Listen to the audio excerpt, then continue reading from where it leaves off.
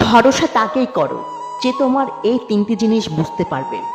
এক, হাসির পিছনে থাকা দুঃখ। দুই, রাগের পেছনে থাকা ভালোবাসা। তিন, চুপ থাকার পেছনে কারণ। দুনিয়াতে প্রিয়জন বলতে কেউ নেই, যা কিছু আছে সব প্রয়োজন।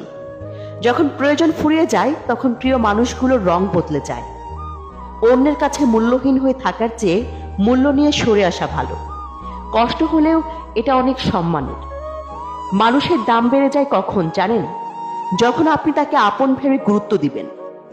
তখন সে আপনাকে এমন ভাব দেখাবে যেন তার কাছে আপনার কোনো মূল্যই নেই।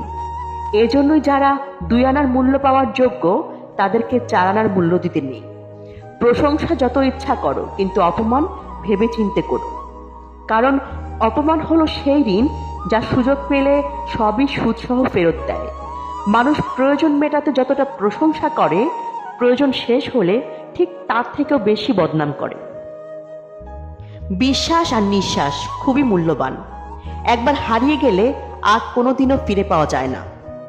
যেখানে ভুল নেই সেখানে মাথা নত করবেন না, আর যেখানে সম্মান নেই সেখানে অবস্থান করবেন না। দুঃখ একটাই, আজও মানুষ চিনতে পারলাম না।